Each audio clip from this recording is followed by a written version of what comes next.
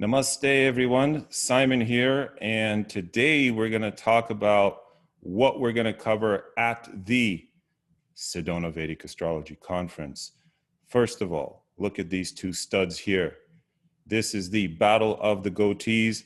I am so glad I don't have a goatee because I would probably take third place.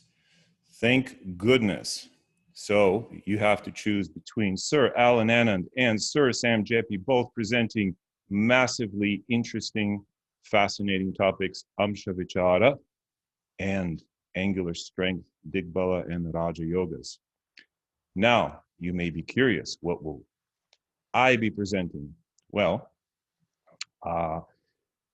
look at these two dreamy-eyed, beautiful people. Oh, that was back when I was 52 years old, such a young man. Now that I'm an old coot, you should probably definitely go see Eve Mendoza talk about Muhurta and Nakshatra Yogas. Even if you are undecided, go see Eve. But if you must know about Krishnamurti Paddhati or Parashara, then come see my presentation and we will learn about a couple of aspects of astrology that get very little attention in Jyotisha. And one of those is Krishnamurti Paddhati. And Krishnamurti faced the dilemma of what happens if people ask you about multiple things. And I'm going to teach you the technique that he taught his students, which is, hey, Dad, there are 5 colleges that accepted me. Should I go to Harvard, Stanford, Yale, or the community college down the road, or not go at all? How do you know how to choose using Vedic astrology between those options? KP gives a very quick, in fact, I'm going to show you 2 methods to do that.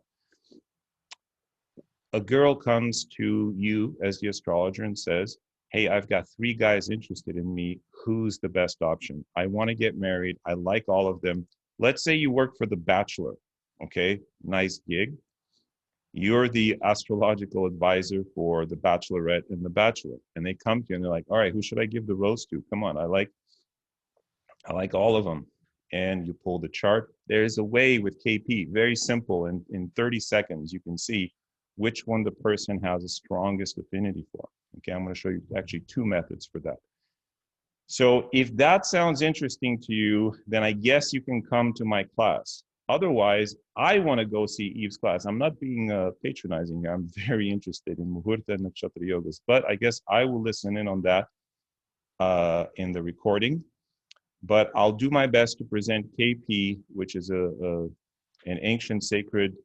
It's a scientific and sacred system of Jyotisha that gets, a lot of people get it wrong.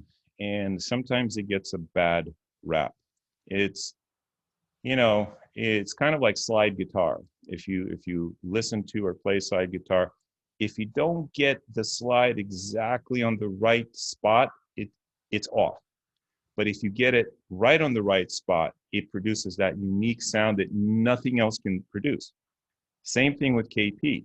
If you get it right, it'll allow you to make predictions that you can't make using other systems. Like, you know, what's the best choice? Like, we test this in horse racing. Well, how do you know if you tell a person this is the best option? How do you know if you're right? We test this, you know, in things that are verifiable. So we go to the horse races and go, this horse is going to win based on this principle. Now, again, it doesn't always work. That slide doesn't always go right up to the correct note. But when it does, it works like magic. So, in fact, I've got some proof of this. This is me just being naughty, but show you some proof in the pudding. Okay, so that's not going to happen actually. So the Jyotisha gods are saying, no, we're not taking you in this direction, but just take my word for it that when tested, these techniques can prove very useful. So I hope you guys can join us, either of us, at the Sedona Vedic Astrology Conference, and where there will be a battle of the beards or the goatees. the battle of the enlightened beings. We have Sir Masvidal here, Ms. Charlotte Benson, Shri Charlotte, Shri Jyoti Devi, and a host of other luminaries presenting.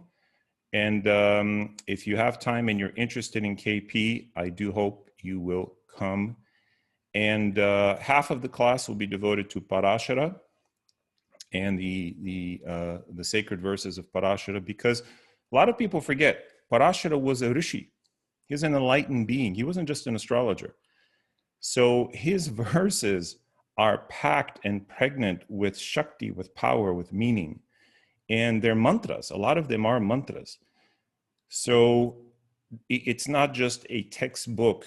It is a sacred book. And so we will be taking some verses and unpacking them for your pleasure.